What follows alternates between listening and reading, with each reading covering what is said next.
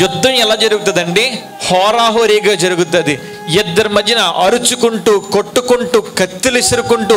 కానీ ప్రతిరోజు మనం చేసే యుద్ధం ఎవరితోనో తెలుసా? నిశ్శబ్దంతో, విత్ సైలెన్స్. బాణం ఎక్కడి నుంచి వచ్చి తగిలిద్దో తెలీదు. బాణం అయితే గుచ్చుకుపోద్ది, ఎక్కడి నుంచి వచ్చిందో తెలీదు. ఎక్కడి నుంచి వచ్చిందంటే ఏమో, కానీ దాని తాలూకా నొప్పి మాత్రం భయంకరంగా ఉంటుంది. అలాంటి పరిస్థితుల గుండా ఇంతకుముందు వెళ్తున్నామా? కొంతమంది వెళ్తున్నాం.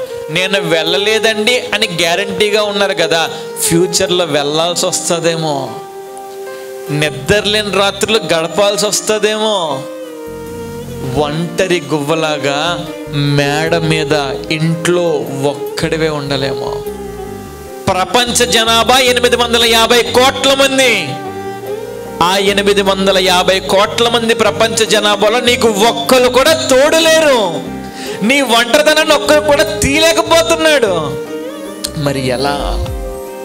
ఒంటరితనంలో ఈరోజు దేవుని సన్నిధానానికి కూర్చున్న నీతో దేవుడు చెప్తున్న మాట ఏంటంటే, మీ పక్షాన నేను నిలబడతానంటున్నాడు దేవుడు. స్తోత్రం చెల్లిందామా?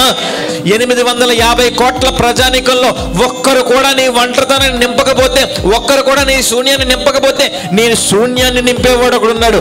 ఆయనే మనం ఆరాధిస్తున్న నజరేయుడైన యేసయ్య.